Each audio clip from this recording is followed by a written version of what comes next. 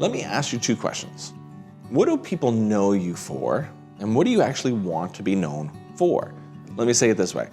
Are you known as like the sports guy, the super fan? Are you known as the mechanic? Are you known as a helper or selfish? Or are you known as scatterbrain or super organized?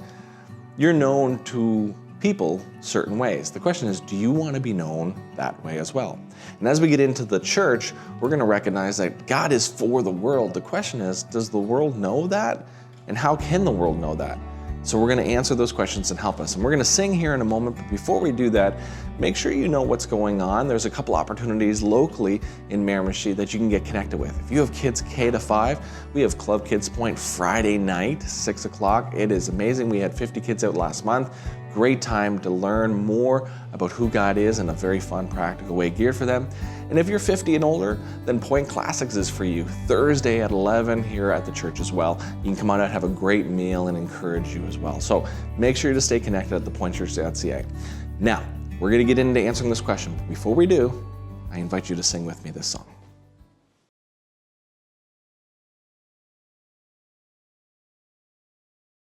If the Lord has brought you through the fire, right into a wide and open space. If the Lord delivered you from darkness when He pulled your heart out of the grave. Oh, and if the Lord's been good to you, lift up your song. And if He saved you, healed you, then give Him your all. If you've seen His faithful hand through all of your days, and if you got breath in your lungs, then give Him your praise. If the Lord has met you with compassion, though you have run after other things, if the Lord has shown you His great mercy, and if He's overwhelmed you with His grace, and if the Lord's been good to you, lift up your song. And if He saved you, healed you, then give Him your all. If you've seen His faithful hand through all of your days, and if you've got breath in your lungs, then give Him your praise. If you've got breath in your lungs, then give Him your praise. Sing it in the morning, sing it in the evening. The Lord's been good to me. Sing it on the mountain, sing a little louder. The Lord's been good to me.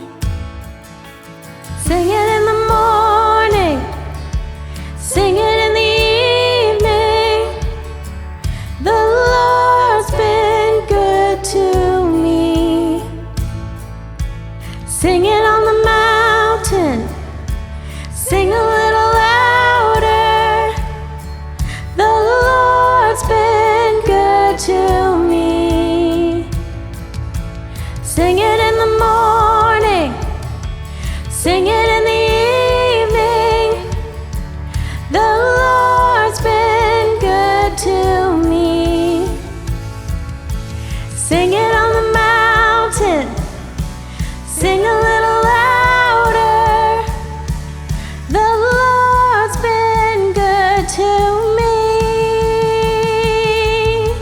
Oh, and if the Lord's been good to you, lift up your song. And if He saved you, healed you, then give Him your all. If you've seen His faithful hand through all of your days, and if you've got breath in your lungs, then give Him the praise. Oh, and if the Lord's been good to you, lift lift up your song. And if he saved you, healed you, then give him your all. If you've seen his faithful hand through all of your days, and if you've got breath in your lungs, then give him the praise. If you've got breath in your lungs, then give him the praise. Okay, imagine for a second that every person that walked into the church building on Sunday had to wear a billboard over their shoulders. Not advertising a product, but a message. A message that was about what you were for this past week. What your priorities were. Not what you want them to be, what they actually were. What would yours say? Maybe it was, I was for my family. We did a trip, we spent time, I drove them around. Maybe it was, not even close, I was for me. Maybe yours was, I was for peace and quiet. And then in small font, until my kids got involved.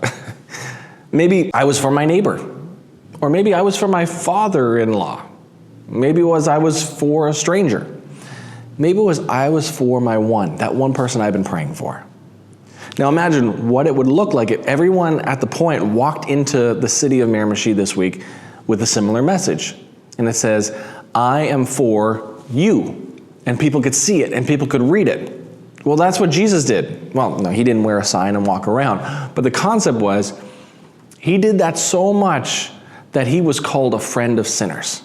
Because people could feel he was for them. Before they ever changed their ways, he met them where they're at.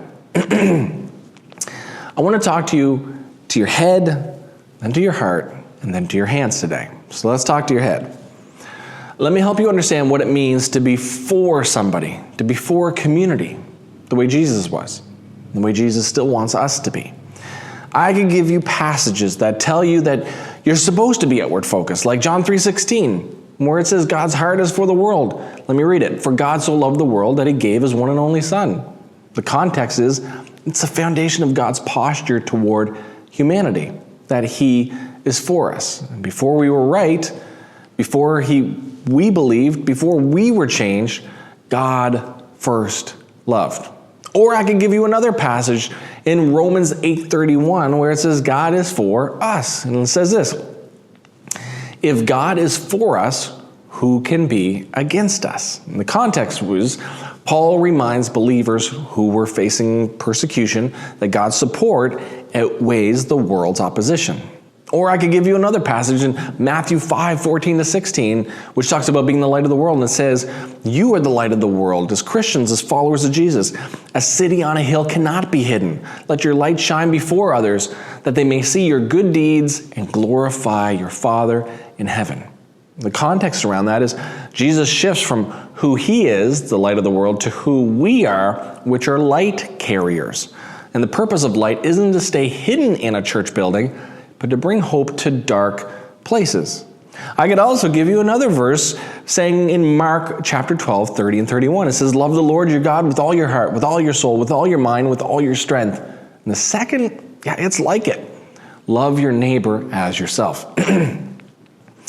But let me just take a step back, okay? And do the tuning fork approach. If you ever saw a piano being tuned, you always tune to what needs to be the original tune. And so it says this. What is the foundation of being for others? Let me read it this way. Therefore, if anyone is in Christ, the new creation has come. The old has gone, and the new is here. 2 Corinthians 5:17 says.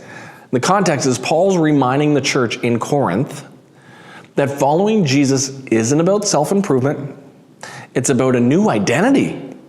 They aren't defined by their past or their politics or their preferences anymore. They are defined by who they belong to, which is Jesus Christ. And when we come to Christ, we don't just receive forgiveness. We receive a new identity.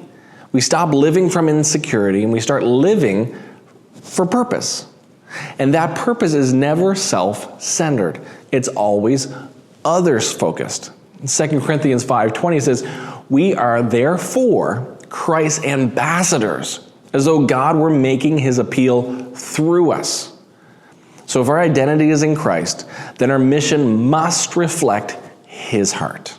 Jesus didn't come to condemn the world, he came to save it. That means our identity isn't found in what we're against, but rather, you catching on now, what we're for. Let me give you an illustration. It's like wearing a team jersey. When you put it on, you represent something bigger than yourself.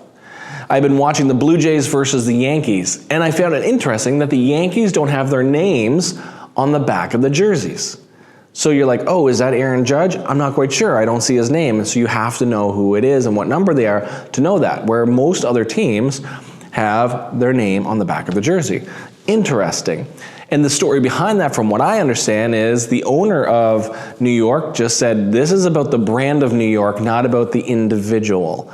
And so, correct me if I'm wrong, but I find it interesting that that can really translate into putting on the jersey of faith. That we're not wearing Jeff McLean's jersey. No, rather I'm wearing Christ's jersey. I'm Team Jesus.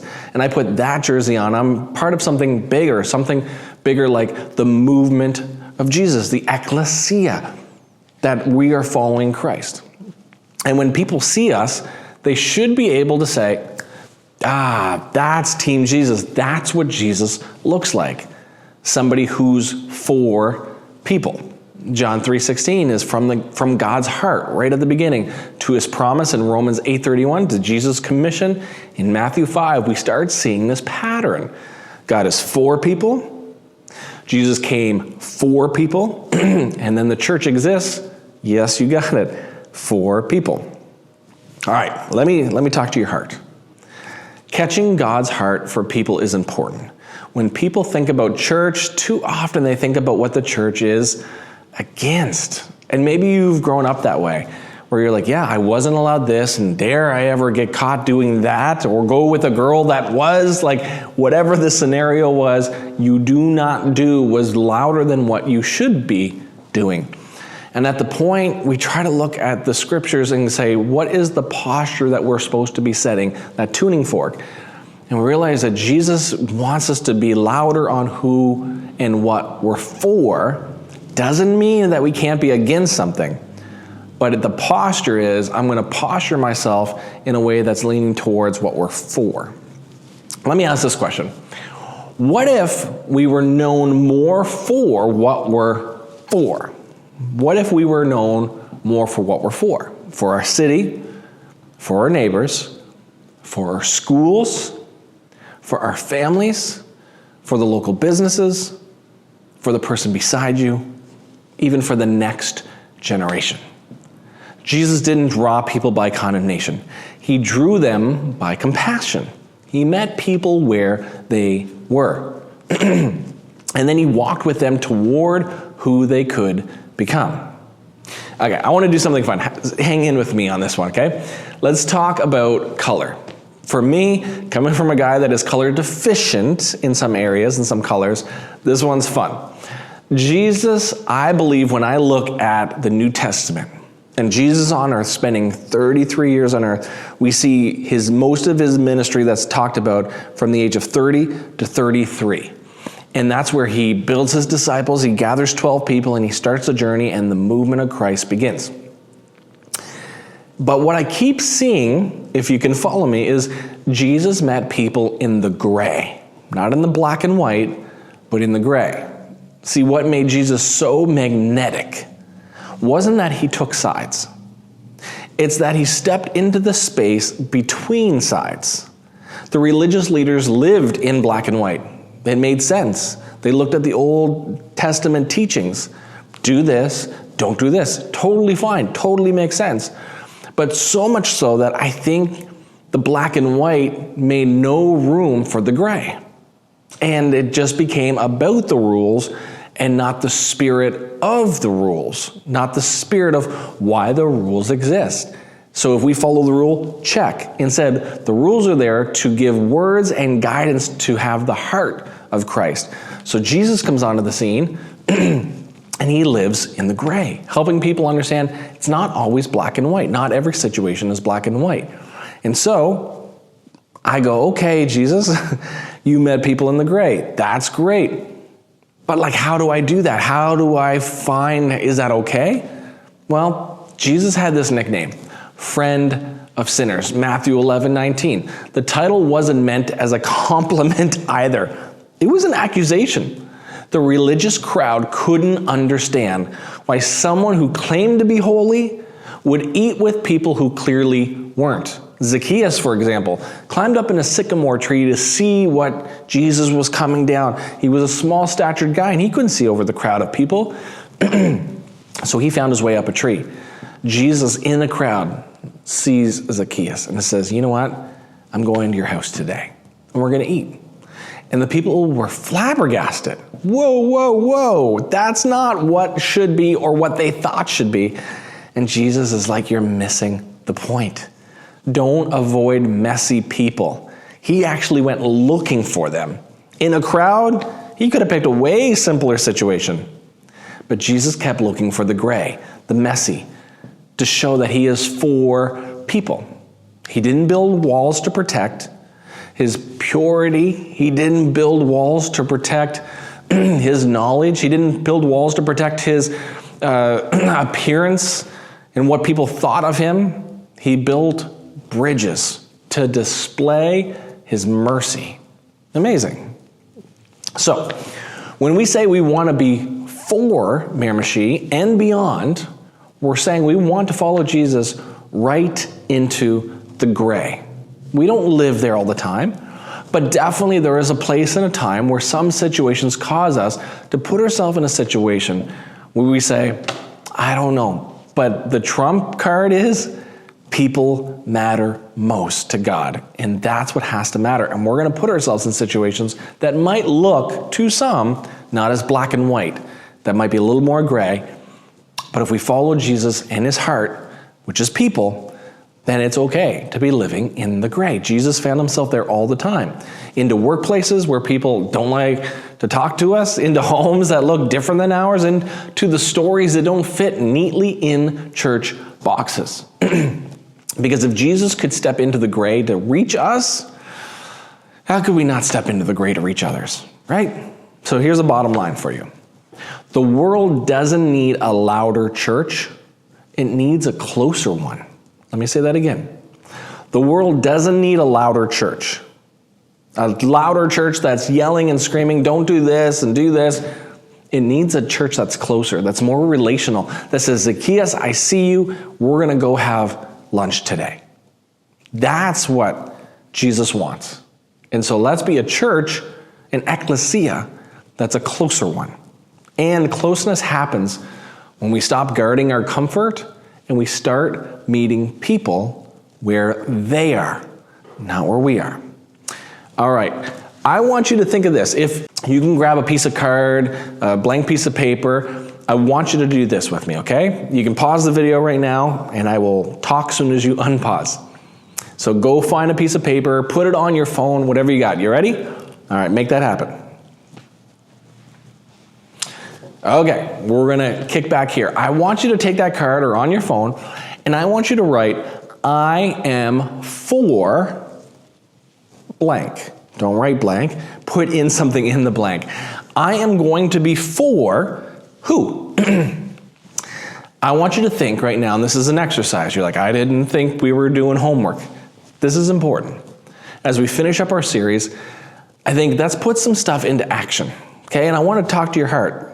Who in your heart does God want you to be for right now? Okay? Write the name of that one person, a coworker, a neighbor, a friend, a family member, whoever it may be, that says they could really use somebody to be for them right now. And then start by praying over that name, praying for them every day this week. Just say, starting now until Saturday, I'm going to pray, I'm going to pray, and I'm going to pray, and I'm going to pray. And then look for one, just simply one opportunity to be for them. Because you've been praying for them, God has been working them into your heart. And then you're going to start seeing opportunities to say, ooh, maybe I could do that. And God is going to start whispering and giving you direction on how you can be for them through kindness, through service. Or maybe it's an invitation to come sit with me on Sunday morning whatever that may be, go ahead and take that card or that name on your phone and put that person's name down. Who's that one person God keeps bringing to your mind? And then what we like to say is, that's your one. That's your one. That's the one person that God has laid on your heart for you to be for. Someone who needs to know that they're not forgotten, that someone's in their corner, that God is for them and he's doing a work through you. Maybe it is a coworker or a family member or a student or a neighbor. Write their name down, because when you do that, it legitimizes it. It says this is real. It's not just living here. It starts getting real. And then God starts doing work. Don't overthink it. If you're like, Jeff, I still don't know, just put a name down and watch what happens. There's no perfect answer. Just listen and write something down. Don't wait for the perfect moment. Just decide today, I'm going to be for them, because God, I know, is for them. Then, as you leave and you shut this video off and life goes on, this moment doesn't. That name is still there today and tomorrow and next week.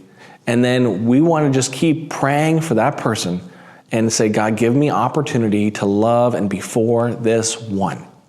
And all of us having one person, that's a lot of people that we can be for this week. So let's do that and see what happens. I want you to think about this. Who around you might not believe that God is for them yet? If your neighbor is described, where like, I don't think they are, or maybe it's a coworker, I don't think they are, or it's a family member, I don't think they are. Just figure out who that could be, and then be for them. Pray for them. Encourage yourself to get out there and let them know, not just to you and God, but let them know that you are for them. And reflect God's forness this week. All right, so here's the bottom line. The gospel spreads fastest through people who genuinely love their city, their community. Let me say it again. The gospel spreads fastest through people who genuinely love their city, their community.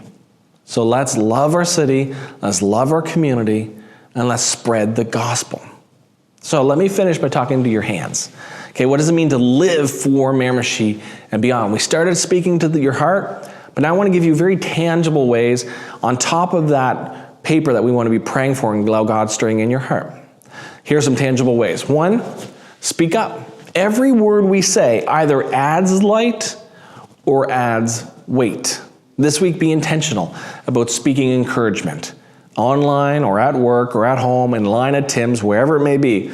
But I've sat in enough lines, I've been to enough places that not everybody easily is encouraging.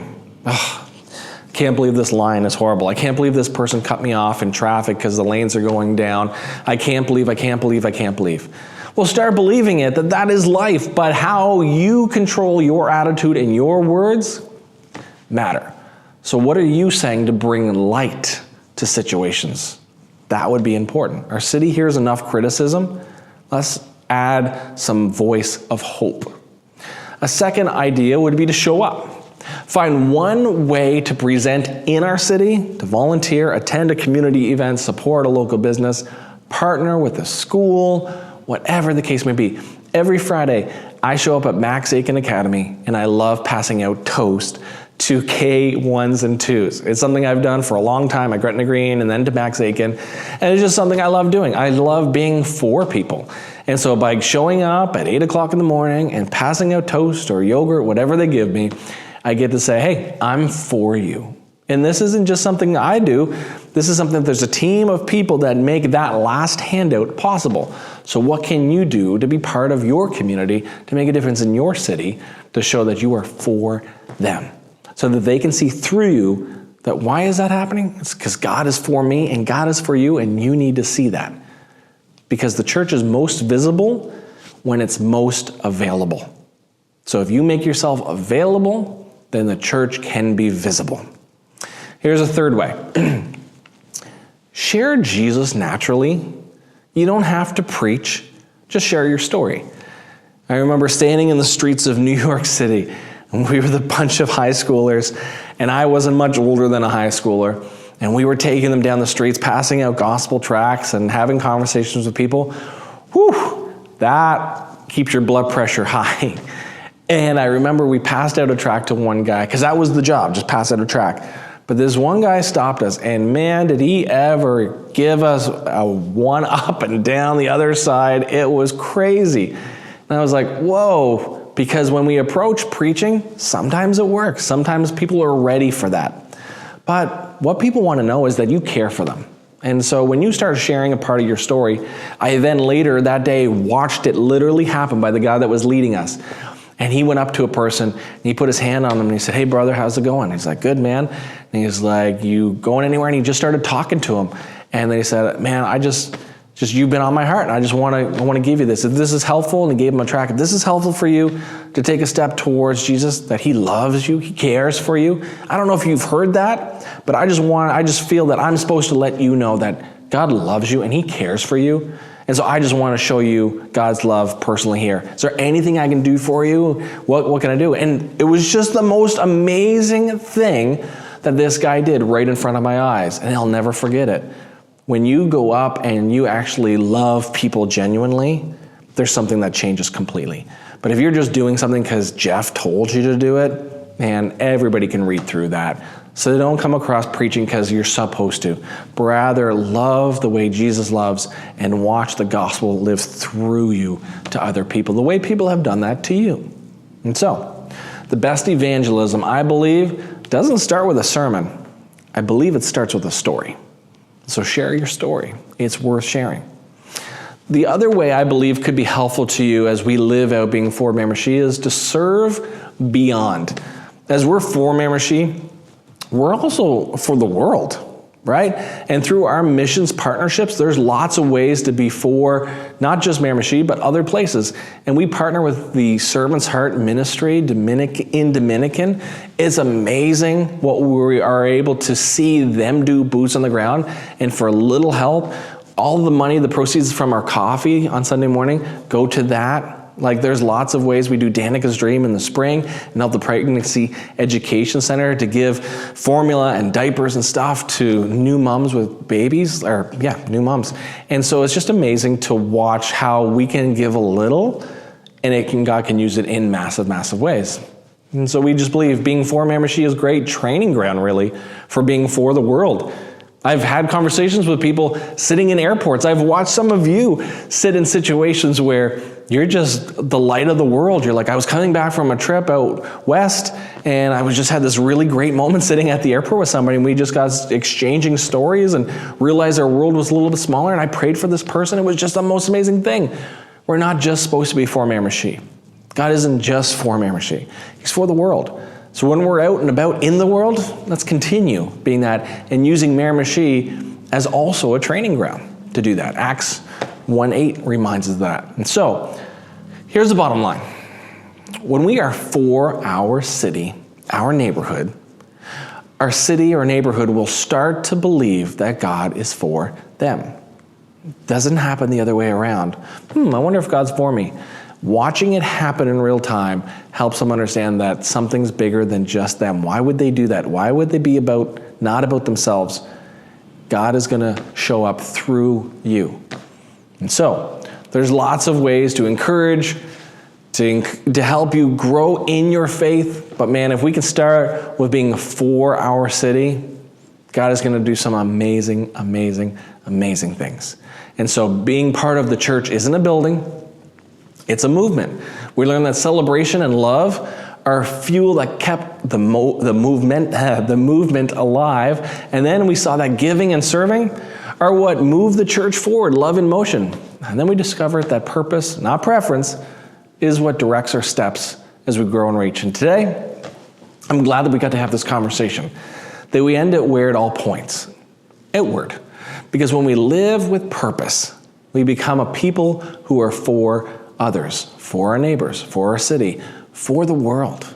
And living the point means we celebrate God fully, we love people deeply, we give generously, we serve faithfully and grow continually and reach outwardly and live for Miramichi and beyond. Imagine what would happen if every one of us carried that heartbeat into our homes, our schools, our workplaces, our neighborhoods. Imagine what our city would look like if every person who met someone from the Point could say, I don't know everything they believe, but I know one thing. They're for me. And it's not because they have a sign over their head. That's the movement of Jesus. That's the movement Jesus started. That's the church we're becoming. And that's how we will live the Point.